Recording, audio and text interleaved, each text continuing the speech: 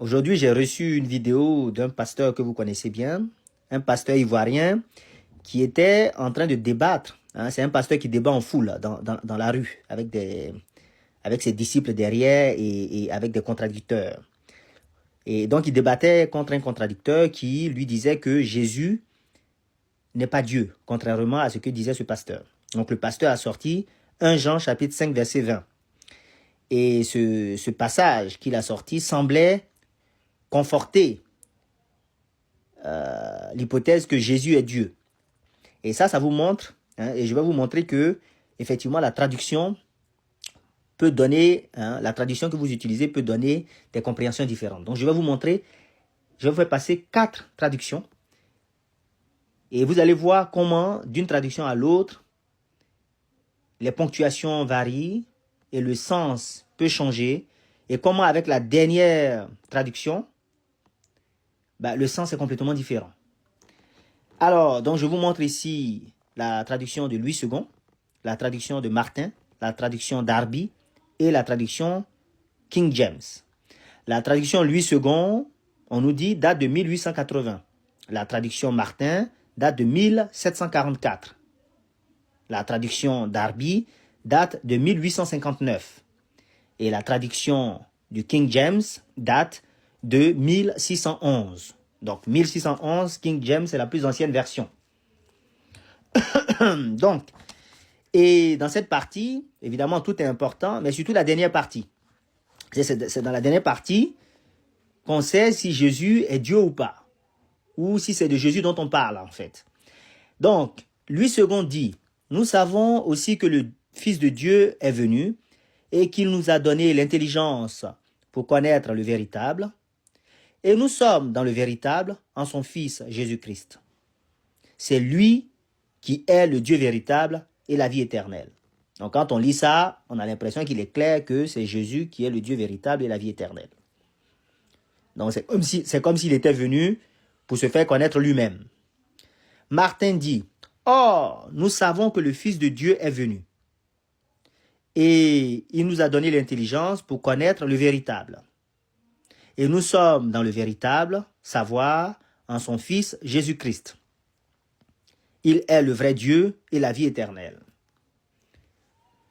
Alors là, déjà, on voit que la dernière partie n'est plus une phrase qui est introduite par un point final, hein, comme dans Louis II. La dernière partie est plutôt introduite par un point-virgule. Il est le vrai Dieu et la vie éternelle. C'est pas très clair, mais bon, a priori, on a l'impression que ça s'adresse à Jésus-Christ. Bon. Darby dit, « Or, nous savons que le Fils de Dieu est venu et il nous a donné une intelligence afin que nous connaissions le véritable. Et nous sommes dans le véritable, savoir dans son Fils Jésus-Christ. Lui est le Dieu véritable et la vie éternelle. » Donc ici, la dernière partie est introduite par 2 points. Donc c'est une autre ponctuation. Ce n'est pas un point qui est introduit. Ce n'est pas un point-virgule. Ici, c'est 2 points.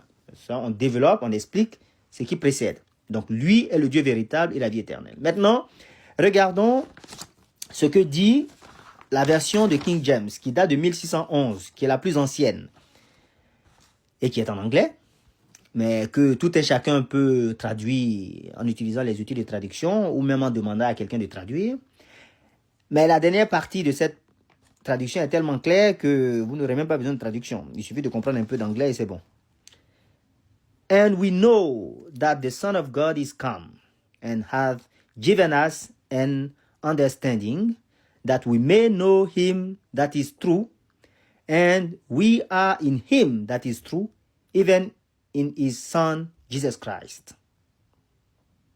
This is the true God and eternal life. » Donc vous voyez dans cette version plus ancienne, la dernière partie est introduite par un point. C'est une nouvelle phrase qui commence, comme dans la version Louis II. Mais il est dit, « This is the true God and eternal life. » Donc il est dit, c'est le Dieu véritable et la vie éternelle, ou c'est le vrai Dieu et la vie éternelle. Il n'est certainement pas dit, hein, c'est très clair, il n'est pas dit c'est lui qui est le Dieu véritable et la vie éternelle. Il n'est pas dit il est le vrai Dieu et la vie éternelle. Il n'est pas dit lui est le Dieu véritable et la vie éternelle. Mais c'est dit this is the true God and eternal life. C'est le vrai Dieu et la vie éternelle. C'est comme si je disais c'est cela, le Dieu véritable et la vie éternelle. C'est comme si je disais le Fils de Dieu est venu. Et il nous a donné une compréhension afin que nous puissions connaître le véritable. Et nous sommes dans le véritable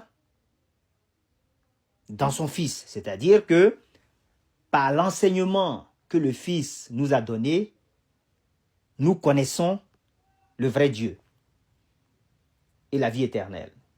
Dans un autre passage, il est dit la vie éternelle, c'est qu'ils te connaissent, toi, le seul vrai Dieu et celui que tu as envoyé. Donc la vie éternelle, c'est la connaissance du seul vrai Dieu.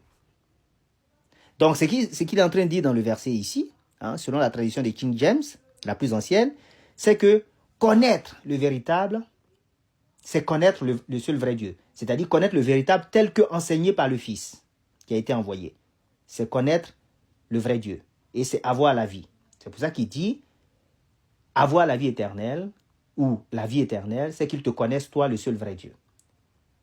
Et il disait ailleurs que celui qui mange ma chair et qui boit mon sang a la vie.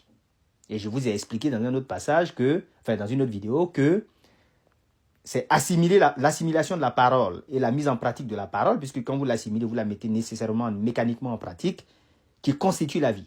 Donc c'est l'enseignement qui est la vie éternelle. C'est cet enseignement qui constitue la connaissance du véritable. Et cet enseignement est donné par le Fils, par l'envoyé de Dieu. This is the true God and eternal life. Il n'est pas dit, c'est lui qui est le Dieu véritable et la vie éternelle. Il n'est pas dit, il est le vrai Dieu et la vie éternelle. Il n'est pas dit, lui est le Dieu véritable et la vie éternelle, tel que c'est dit dans les traductions de Louis II, qui date de 1880, les traductions de Martin, qui date de 1744, et les traductions de Darby, qui date de 1859. Dans la traduction du King James de 1611, il est dit « This is the true God and eternal life ». Donc ça désigne quelque chose. « This is », c'est démonstratif. Donc cet enseignement, c'est le véritable Dieu et la vie éternelle. La vie éternelle, c'est qu'ils te connaissent, toi, le seul vrai Dieu. Celui qui mange ma chair et boit mon sang a la vie.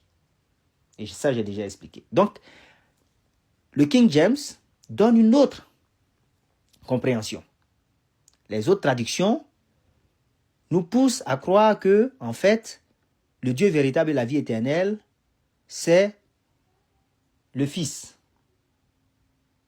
Alors qu'en fait, ce qu'ils sont en train d'expliquer ici, c'est que le Fils a donné l'intelligence pour comprendre qui est le véritable. Voilà. Et cette compréhension, cette intelligence, cette parole, c'est ça la vie éternelle, c'est ça le Dieu véritable. Enfin bref, tout ça pour dire que selon les traductions qu'on utilise, on aboutit à des compréhensions différentes. Et il est nécessaire de recouper l'information, de confronter à d'autres versets, mais en tout cas, comme disent les Italiens, traduction, c'est trahison.